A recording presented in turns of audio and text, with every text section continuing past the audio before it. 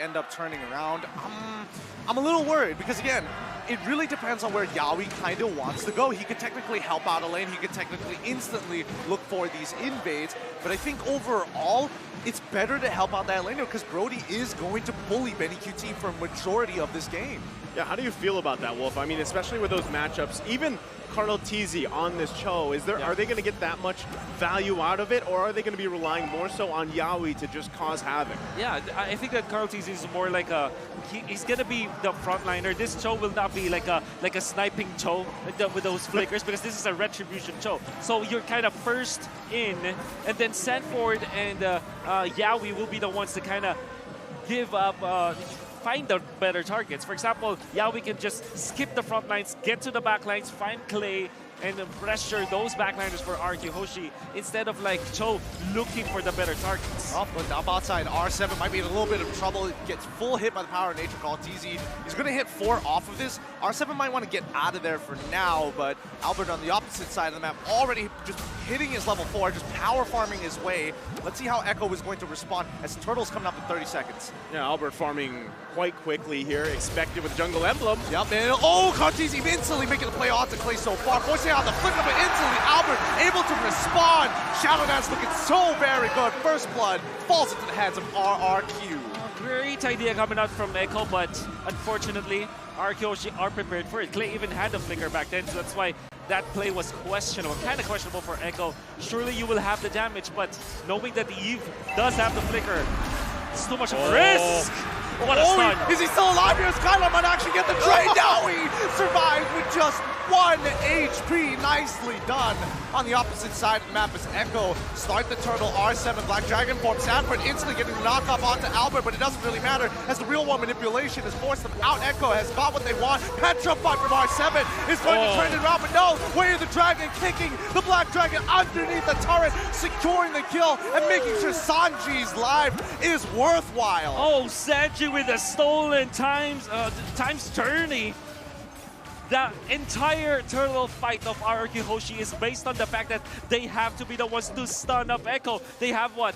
The Dragon form, they have Eve's control, but that was completely nullified with a stolen Diggy ultimate.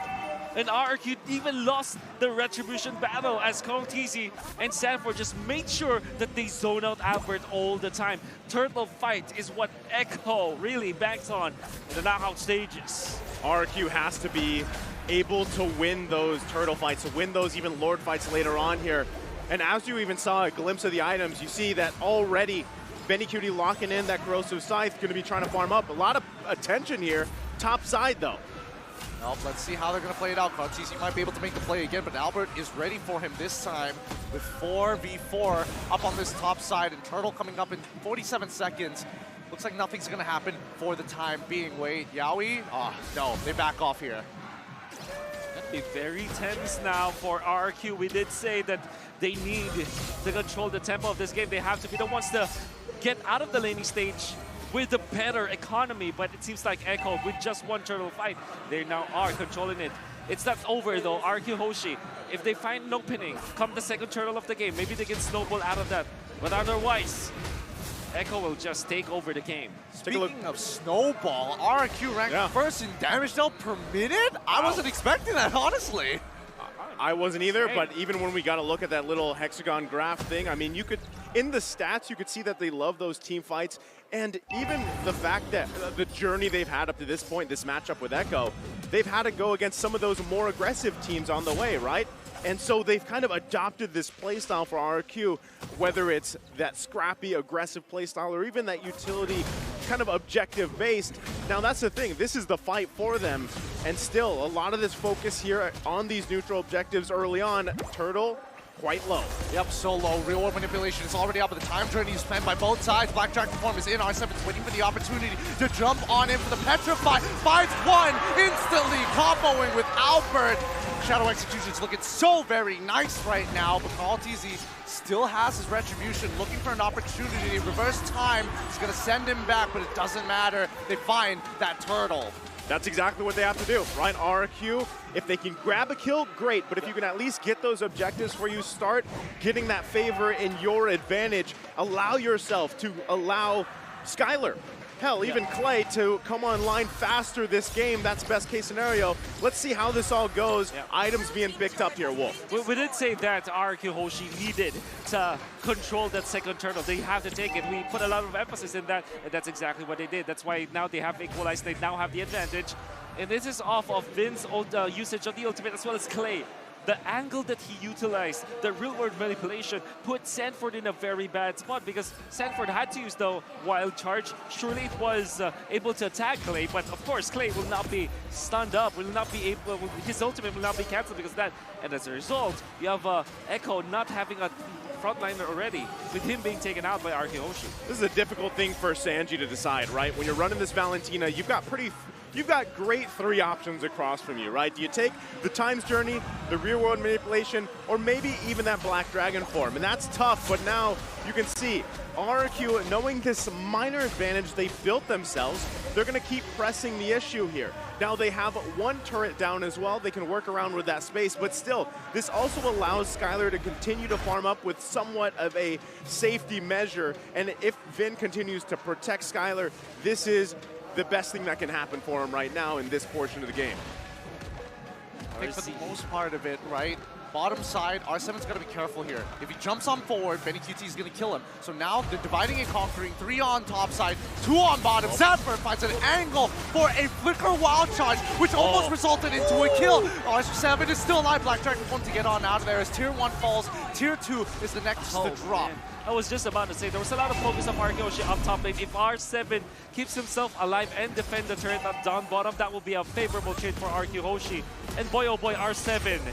He did not fail us. Even with the flicker usage coming out from Echo, he's able to get out of there. Yeah, but with real-world manipulation already used in the mid lane, this turtle will go over to RRQ HOSHI, now developing a lead for themselves. Is this the momentum? Is this the turnaround? Clay ends up dying to Benny QT already. Sanford with Power Nature fights the wild charge. No, instantly uses his ult to get him out of there, but it's timed out, and now he's getting kicked back by the woods. By the way, the Dragon, Yaoi is able to secure the kill, but TZ is able to get the trade. Yaoi's next, should be the next to fall. And R7 doesn't pick him up. Skylar with the auto. No, he hit the tower twice.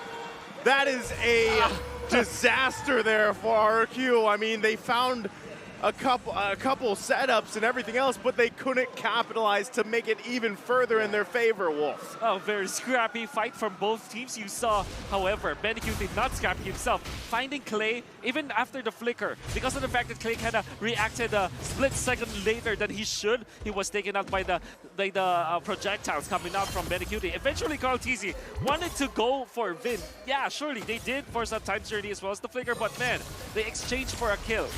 And TZ dying twice already in this game. That's not good for Echo. Oh, the damage coming in from Skylar as well. Yeah, picking up right there, that moment before he popped that torn apart memory, he picked up the Malefic Roar. You can see it, right? Skylar's in a comfortable position now, has the items that he needs on this Brody, can continue to put pressure wherever he decides to be. You see Vin and Clay parking themselves a lot of times around him because if anyone gets trapped in that death box, it's going to be tough for them to deal with.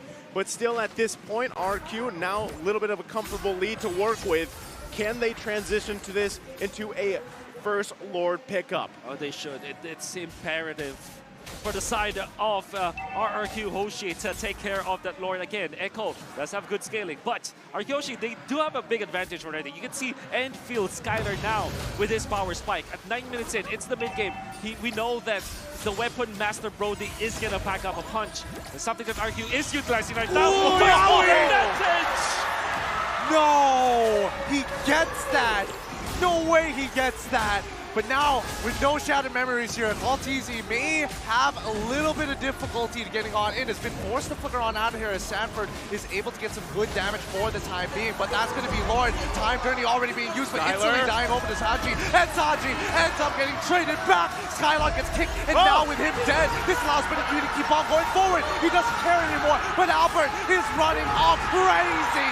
They find it a 3-for-2 trade in favor of RRQ. How did Skylar survive that? What a play there.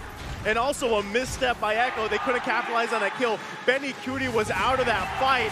And now it's RRQ driving down with his momentum. Well, the way that he survived there was great. And he didn't panic. Also, I would like to credit He dodged the Guardian's Barrier. This is high-end dry Grok with a lot of like attack items. That's why even the Guardian's Barrier would have taken him off. Instead of like fully backing down, he actually stopped for a bit so that he will not be hit by the Guardian's Barrier materializing in front of him. Skylar is cracked. Oh, they're going so far right now with the momentum. Kaltizi getting a good kick onto Diggy so far, but here comes the Black Dragon form to zone them off. Kaltizi is stuck, he's trapped, he's dead, and now the rest of the team is going to be hitting onto the inhibitor. The Lord is already down with the real world manipulation, looking to turn it around. Time Journey to get his team out of there. RRQ have got what they want, and now they back off. And now it's RRQ's time to play with this momentum in their favor, and they're doing exactly that. Wolf, what did this last couple minutes here transition? It's only 11 minutes into the game. How's it looking for RRQ? Oh, definitely looking good for RRQ. This is their power spike, as we talked about. But then again, we also look at the other components of their composition. With the Divine Glaive available for the Eve, who opted to go for the penetration boots this time, Clay will be hurting a lot of Echo. Despite it, like, we're looking at the real-world manipulation, you don't really look at the damage that it outputs, but with all of the items that Clay was able to get, he is now going to be a threat. Look at that though, Queen Swings coming up from R7. And at the same time, you know, as we get ready for this next pretty much push, or maybe it's the next Lord here, what does Echo have to do to get back into this game, Wolf? I mean, they're down to 5,000 gold. They've only got 2 turrets. RRQ owns their side of the map. Well, they have to find a way to kick R7, or Skylar, I mean, into their favor. They have the damage of Benecutie already. They have the items that they needed. But the fact of the matter is they are not finding good jumps onto Skylar. I don't think it's that easy as well. Like, It's a lot of not. it It's really not. just comes down to Kaltizi and Sanford. They're the only people who can really do it. And even Sanji, whatever he takes, he's going to get punished. Like, the Black Dragon form seems like a good idea, but considering how far ahead RRQ is right now, it's, disgusting. The biggest thing that was just picked up here by Benecutie is that Wind of Nature. You mentioned it earlier, Gideon. It's a strong item, right? And that can actually turn the tide of these team fights if they're able to allow Benecutie to stay alive. Conceal play coming out, but they're just kind of scouting around here. They know that they don't have much vision. Wow. You can hear the roar, by the way. Vince Diggy does have like Divine Glaive. And with just two time bombs, he's able to put Kaltizi down to 80% HP. That's a tank. This guy's the time bombs. They hurt. They really hurt. It's Look at shocking. that. Wait, is this an engagement where you see? Oh, Sanford, he had an opportunity. Really good Guardian's Barrier, but no follow-up so far. Kaltizi trying to get into the Lord pit right now as R7 begins it. And now RRQ, they secure the Lord, but now the fight has already begun. The Black Dragon form has to steal the real world manipulation there. Ton for Benecutie. Winds of Nature's ain't going to protect them long enough as the rest of RRQ chase them down. 5-1, 5-2, it's Albert. 4 for nothing in favor of RRQ. Sanji, just hide. Don't show yourself. He's out of here. Skylar almost dying, torn apart. Memories hit. No. And Albert, he wants it. Give it to him. Give it to him, Sanji. 1 HP. He's not done. He heals back up just in time. Man, Albert wanted that kill, man. He was going in deep, but still, it's a push from RRQ. And now the real world manipulation is out to clear the way. Sanford tries his best. No, he gets pulled back. And now the Lord is in. Kaltizi tries his best, but Skylar puts the final nail in the coffin of this game. GG, well played. Over for RRQ. Ladies and gentlemen, we got a series. We got a series. We got a series on our hands. It's 1-1. This time around, it's RRQ with a dominant game here against Echo. And 2 important components on the winning recipe of RRQ HOSHI. First, Skylar's Brody with the Weapon Master opting to go for maximum damage, winning or at least evening up in the laning stage and being activated in turtle number 2.